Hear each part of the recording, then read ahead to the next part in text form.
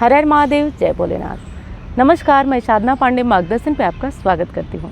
दोस्तों, 29 जून को पूर्णिमा तिथि प्रारंभ हो रही है। 29 जून को ही जिन्हें स्नान करना है, दान करना है और जिन लोगों को व्रत करना है, सबके लिए पूर्णिमा तिथि 29 तारीख को है। परंतु हाँ, विशेष इसलिए इस बार ज़्यादा है क्योंकि ये वाली पूर्णिमा काफ़ी खास है, विशेष है। हर पूर्णिमा से विशेष है क्योंकि माना जाता है कि सृष्टि के आरंभ से काल की शुरुआत आज के दिन से हुई थी। यानी कि सृष्टि के जो प्रथम पुरुष मनु है, माना जाता है कि उनके काल से की शुरुआत आज से हुई थी। इसलिए आज की तिथि यानी कि ज्येष्ठ मास की पूर्णिमा की तिथि जो है मनवादी तिथि मानी जाती है। और कहा जाता है मनवादी तिथि दानम जपम साध्यम च शाश्वते, यानी कि मनवादी तिथि में दान, जप और श्राद्ध करना ये शाश्वत हो जाता है। यानी कि इस दिन का या इस तिथि में जप करना, दान करना, पुण्य करना ये शाश्वत हो जाता है, यानी कि कभी समाप्त नहीं होने वाला होता है। इसलिए इस तिथि का महत्व आज के दिन बहुत ज़्यादा बढ़ जाता है। तो में बताया गया है कि एक कल्प में 14 मनवंतर होता है और हर मनवंतर की शुरुआत एक विशेष तिथि से होती है। तो उसी तरह आज की तिथि बहुत विशेष है, ज्येष्ठ पूर्णिमा की तिथि। पूर्णिमा तिथि प्रारंभ हो जा रही है 29 तारीख को। 29 तारीख को सुबह 3:06 पर और तिथि समाप्त हो रही है 30 तारीख को सुबह 5:कुछ पर। अब जिन्हें स्नान करना हो, दान करना हो, व्रत करना हो, सबके लिए 29 तारीख की पूर्णिमा बहुत विशेष है। 29 तारीख की पूर्णिमा को ही स्नान, दान और नियम सब कुछ पालन किया जाएगा। तो आइए बिल्कुल विस्तृत तरीके से आपको बता देती हूँ। देखिए, तारीख को सोमवार भी पड़ रहा है और सोमवार का दिन और पूर्णिमा ये आपस में बहुत ज़्यादा जुड़ा हुआ है और वैसे ही महत्वपूर्ण है। मनवादी तिथि होने के कारण इस पूर्णिमा पर कुछ विशेष नई चीज़ों का दान आपको आज के दिन बताऊंगी। वैसे तो सामान्य मैं कहती हूँ कि आप अपने घर में आटा निकालिए, सारी चीज़ें, लेकिन यदि आप कर लेते हैं तो शास्त्र कहता है कि इस तरीके का दान करना हाथी और घोड़े के समान, दान करने के समान पुण्य फल आपको देने वाला है। तो चलिए सबसे पहले विस्तृत तरीके से जानकारी दे देती हूँ। 29 तारीख को आप सुबह जल्दी उठिएगा। जिन लोगों को नया व्रत प्रारंभ करना होगा, जिन लोगों को नया व्रत प्रारंभ करने का मन कर रहा होगा और करना चाहते हैं, इस पूर्णिमा से यदि उनके यहाँ ये नियम ना हो कि जो है अधिक मास लगा था और अधिक मास के बाद आप नया कोई व्रत प्रारंभ नहीं कर सकते, यदि इस तरह का नियम नहीं हो, क्योंकि हमारे यहाँ ये नियम है और बहुत सारे लोग इस बारे में पूछते हैं, इसलिए मैं बता देती हूँ कि आप क्या करिए कि यदि ये नियम हो कि आप व्रत प्रारंभ नहीं करते हैं तो मत करिएगा, क्योंकि हमारे यहाँ का ये नियम है कि जब तक अगली संवत नहीं जल जाती हम कोई नया व्रत प्रारंभ नहीं करते हैं। तो इसलिए आपके यहाँ यदि इस नियम का पालन किया जाता हो तो आप नया व्रत प्रारंभ मत करिएगा, और नहीं किया जाता हो, आप लोग करते आए हैं, आपके परिवार, आपका खानदान, तो आप बिल्कुल इस व्रत को कर सकते हैं। व्रत नहीं करते हुए भी क्या क्या करना है सारी बातें विशेष बता देती हूँ। सबसे पहले तो देखिए, आपको सबसे पहले जल्दी उठ जाना है। सुबह जल्दी उठ जाइए और जल्दी उठ करके आप क्या करिए कि जो भी अपने घर की साफ़ सफाई जितनी हो सके उतनी कर लीजिए। उसके बाद घर में गंगा जल डालिए, थोड़ा सा स्नान के पानी में गंगा जल डालिए। गंगा जल डाल करके आप हर हर गंगे बोलते हुए अच्छे से स्नान कर लीजिए। स्नान अब आपका कंप्लीट हो गया और उसके बाद आप घर के दरवाजे पर जो मेन डोर है उस पर स्वास्तिक आज ज़रूर बनाइए। दोनों तरफ देखिए, गणेश जी की ये लेख्य प्रतिमा है, ठीक है, तो ये प्रतिमा है और इसको भूलना नहीं है, आपको अच्छे से बना लेना है। और प्रतिमा इनकी जो स्वास्तिक है दोनों तरफ, देखिए नीचे की बात मैं नहीं कर रही हूँ, मैं आज दोनों तरफ, दरवाज़ों की दोनों तरफ बनाने के ऊपर की बात कर रही हूँ। उसके बाद अब आप क्या करेंगे कि उसके बाद आप उनकी पूजा करिए। हल्दी ले लीजिए, कुमकुम ले लीजिए और थोड़ा सा शहद भोग में आज उन्हें ज़रूर लगाइए।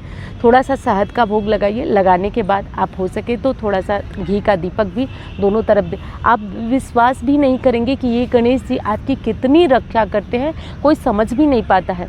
तो ये जो गणेश हो गए ना, जो लेख्य प्रतिमा है स्वास्तिक के रूप में गणेश जी की, वो विश्वास नहीं करेंगे, घर में हर खुशी हर दुख हमारे मेन डोर से ही प्रवेश करता है और गणेश जी आपकी बहुत रक्षा करेंगे। इसलिए आप ये प्रतिमा आज ज़रूर बना लें। मेन डोर पे प्रतिमा बनाएं। आप दहलीज पूजन करें। मैं बहुत बार बता चुकी हूँ, नहीं समझ में आ रहा तो वीडियो भी चैनल पे पड़ी होगी, दहलीज पूजन का आप सर्च करके देख लीजिए। और हाँ दोस्तों, वीडियो पसंद आ रही है तो लाइक करिएगा। चैनल को आपने सब्सक्राइब नहीं किया तो ज़रूर करिएगा। और दूसरी बड़ी चीज़ है कि आज के दिन अब आपको क्या दान करना है। देखिए, आपका स्नान हो गया, आपका पूजा हो गया, पूजा में आज सत्यनारायण की कथा भी की जाती है। यदि आप अपने से करते हैं या ब्राह्मण से कराते हैं तो सत्यनारायण की कथा आप ज़रूर कर सकते हैं। परंतु आपको बता दूं दोस्तों कि इस बार जो लोग मार्गदर्शन परिवार के हिस्सा हैं और चैनल पे लाइव होकर हम सभी कथा सुनते हैं, इस बार किसी कारण से वो कथा नहीं हो सकती, क्योंकि मैं अभी कथा नहीं करा सकती क्योंकि मैं उपस्थित नहीं हूँ।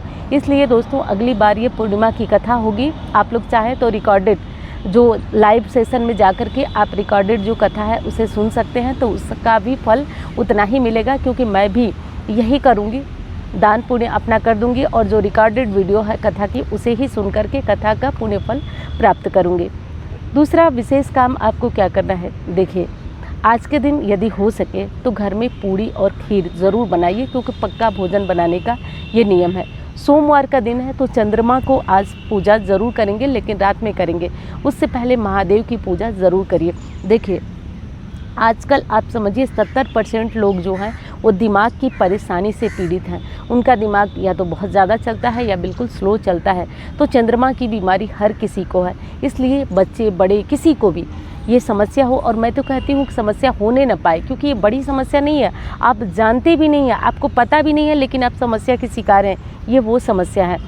तो आप आज दूध में काले तिल मिलाइए और काला तिल मिलाकर आज महादेव को चढ़ाइए। देखिए जो लोग मुझसे पर्सनल अपॉइंटमेंट लेते हैं, मैं जानती हूँ बहुत सारे लोग इस वीडियो में कमेंट करेंगे कि मैं उनसे एक उपाय बताती हूँ, हर उपाय के साथ उन्हें एक उपाय ये भी बताती हूँ कि आप काले तिल महादेव पे चढ़ाइए। मैं सच कह रही हूँ, आज आपको बता ही रही हूँ, और विश्वास मानिए वो बहुत अच्छा रिजल्ट देता है। तो आज आपसे कहने वाली हूँ कि आप आज के दिन, आज सोमवार भी है और पूर्णिमा है, तो आप महादेव पर जाकर काले तिल अवश्य चढ़ाइए और काले तिल दूध के साथ चढ़ाइए। और आज ये जो विशेष तिथि है, इस तिथि पर यदि आप काले तिलों का दान करते हैं, काले तिलों का दान देखिए सबसे अच्छा है कि आप मंदिर में करिए, मंदिर में करिए, उससे हवन यज्ञ हो जाएगा, तो आपको भी उसका पुण्य फल अवश्य प्राप्त होगा। आज के दिन देखिए बाल नहीं धोना है, सोमवार का दिन है, लेकिन आप संडे रविवार पड़ ही रहा है तो बाल धोने का कोई टेंशन नहीं है, फिर भी गलती से ना धो लें आप लोग, इसलिए मैं आपको बता दी।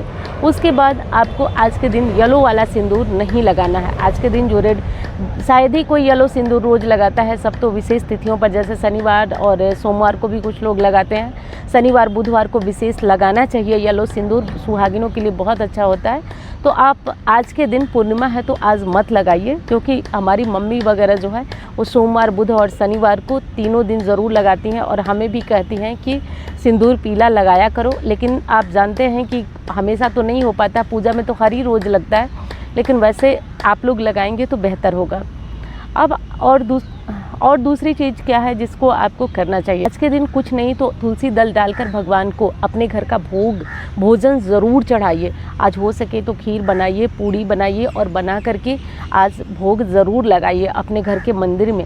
आज मंदिर में नारायण को भोग लगा दीजिए, यदि आप कथा पूजा कुछ नहीं कर पाते हैं। देखिए मैं आपको बता दूं कि जब भी हमारे यहाँ पूर्णिमा की कथा होती है तो लाइव भी होता है, और मेरा यही कोशिश नहीं, मतलब ऐसा कभी हुआ नहीं है कि पंडित जी हमारे यहाँ से भूखे गए हों, कोई भी पूजा कथा है। और शायद इसका श्रेय मैं मानती हूँ अपने परिवार को, अपने मतलब ससुराल वालों को, क्योंकि हमारे यहाँ वो नियम है, जब मैं आई थी ससुराल तभी से कि पूर्णिमा की कथा होती थी, और माँ पापा कहते थे कि नहीं पंडित जी को खाना खा के जाना है, तो खाना वगैरह मैं ही बनाती थी, खिला के भेजती थी। शायद वही चीज़ आज भी है कि चाहे जितनी जल्दी में हो, लाइव के बाद पंडित जी हमारे यहाँ भोजन करते हैं, और मुझे बहुत अच्छा लगता है। हालांकि हमारे पंडित जी काफ़ी तारीफ़ करते हैं कि गुरुजी आप बहुत मेहनत से ये सब चीज़ें कर लेती हैं, लेकिन मुझे बहुत सुकून मिलता है। और हाथ जोड़ के कह रही हूँ, ये मत सोचिएगा कि मैं बड़ाई के लिए, मैं सोचती हूँ कि मेरी बातों से यदि किसी को, एक व्यक्ति को भी प्रेरणा मिले ना, इसीलिए मैं अपनी बातें बता देती हूँ। मैं बताना नहीं चाहती हूँ, आप लोग जानते भी होंगे, लेकिन इसीलिए बता देती हूँ कि आप लोग समझिए। क्योंकि एक तो ले जाकर किसी को सीधा दान करो, और एक डायरेक्ट ब्राह्मण हमारे घर में आया है, उनको यदि हम भोजन करा देते हैं तो ये तो हमारे लिए बहुत अच्छा हो जाता है। तो यदि आपके घर में पूजा कथा के लिए ब्राह्मण आए हैं तो कुछ न कुछ उन्हें ज़रूर खिलाइए। यदि बहुत पहले पूजा कथा हो रही है तो आप चूड़ा दही या कुछ भी खिलाकर, सेक वगैरह जो भी हो, कुछ खिला पिला करके उन्हें अवश्य भेजिए। अब चलिए और दूसरी विशेष बात, आज क्या दान करना। देखिए दोस्तों, मैंने कहा ना, क्या दान करने से राजाओं की तरह जीवन होता है, हाथी और मतलब अश्व दान करने के बराबर पुण्य फल मिलता है, ऐसा विष्णु पुराण और मत्स्य पुराण में लिखा है। तो वो है दोस्तों छाता। छाता का दान करना जो है माना जाता है कि ये छत्र दान करने के बराबर है। और ऐसा मत्स्य पुराण में वर्णन है कि यदि कोई व्यक्ति छाता का दान करता है तो राजाओं के समान जीवन वाला वो व्यक्ति होता है। देखिए, हो सकता है कि ये जो पुण्य कर्म हम कर रहे हैं वो जल्दी हमें दिखे नहीं, और कोई भी चीज़ जादू नहीं होती, मैं हमेशा आपसे कहती हूँ, लेकिन ये नहीं है कि आपका वो चीज़ नुकसान जाएगा, वो मिलेगा आपको ज़रूर। तो आज जूता का दान करिए, ये भी बहुत शुभ है। छाता का दान करिए, ये भी आपके लिए बहुत ज़्यादा शुभ है। वासुदेवाय मंत्र का जप करिए। आज तुलसी माँ की पूजा ज़रूर करिए। और एक और अंतिम विशेष उपाय बताने जा रही हूँ, उसे ज़रूर आप सभी को करना है। देखिए, यदि लक्ष्मी की प्राप्ति चाहते हैं, मैं आपसे हमेशा कहती हूँ कि विश्वास मानिए, 6 महीने यदि चैनल के साथ जुड़े रहे ना, तो आपको वो परिणाम होगा जो आप मतलब आश्चर्यचकित हो जाएंगे। बस विश्वास रखिएगा, अविश्वास के साथ कोई काम मत करिएगा। देखिए, आप आज सुबह में या शाम में खीर बनाइए, और खीर में चीनी की जगह मिश्री डालिए। हो सके तो गाय के दूध का बनाइए, या पैकेट वाला जो भी बनाते हैं बना लीजिए, उसमें थोड़ी सी मिश्री डालिए। और यहाँ आप लोगों को थोड़ा दिक्कत हो रही होगी, बाहर में वीडियो शूट कर रही हूँ, तो इसमें क्या करिए कि मिश्री डालिए। मिश्री डाल के आप क्या करिए कि अपने घर में बैठ कर के माँ लक्ष्मी का हवन करिए। मैं बहुत बार आपसे बता चुकी हूँ ना कि हमारे देवता यदि सबसे ज़्यादा प्रसन्न होते हैं तो वो हवन से, क्योंकि अग्नि के माध्यम से वो भोग सीधा उनके तक पहुँचता है, इसलिए वे सबसे, तो माँ लक्ष्मी को प्रसन्न करने का सबसे एक अचूक उपाय बता रही हूँ, आप करिए कि आप हवन करिए। हवन में क्या करना है आपको कि आप उसी खीर को ले लीजिए और थोड़ा सा उसमें गाय का घी मिला लीजिए, और किसी भी मंत्र का, ओम महालक्ष्मी नमः या महालक्ष्मी च विद्महे विष्णुपत्नी च धीमहि तन्नो लक्ष्मी प्रचोदयात्, ये महल आप हवन कर सकते हैं। या फिर ओम नमो भगवती पद्म पद्मावती, ओम ह्रीम ओम श्रीम ओम पूर्वाय दक्षिणाय पश्चिमाय उत्तराय सर्वदिशि धनम देहि देहि स्वाहा। ये जो मंत्र है वो मंत्र है साबर मंत्र। ये मंत्र भी बहुत ताकतवर है। आप इन मंत्रों में से किसी भी मंत्र से कर सकते हैं, या छोटा मंत्र, ये जो मंत्र दोनों बताई हूँ वो ये बड़ा है, और सबसे छोटा मंत्र ओम ह्रीम श्रीम नमः, इस मंत्र से भी आप हवन कर सकते हैं। आप अपने घर में ये नियम तो बनाइए, और यदि पतिदेव आपकी बात मानते हैं तो उनसे कहिए कि गायत्री मंत्र से 108 आहुतियाँ इसी खीर से दिलवा दीजिए, और आप दोनों साथ में बैठ कर के माँ लक्ष्मी का ये हवन करिए। मैं विश्वास से कहती हूँ कि 7 पीढ़ियों की गरीबी भी खत्म करेगा ये उपाय। आप बस आज के दिन जो लोग वट सावित्री की पूजा करती हैं, पूर्णिमा के दिन, यानी कि ज्येष्ठ मास की अमावस्या को ज़्यादातर महिलाएं कर लेती हैं, लेकिन जो ज्येष्ठ मास की पूर्णिमा पे वट सावित्री की पूजा करते हैं उनके लिए ये तिथि और विशेष है। और आज के दिन सोमवार का दिन है, तो वट वृक्ष की पूजा करना और भी ज़्यादा शुभ है। तो वट वृक्ष की पूजा भी कर लीजिएगा। वट सावित्री पूजा विधि सब कुछ मार्गदर्शन चैनल पे अपलोडेड है, तो आप वहाँ से देख सकती हैं। धन्यवाद।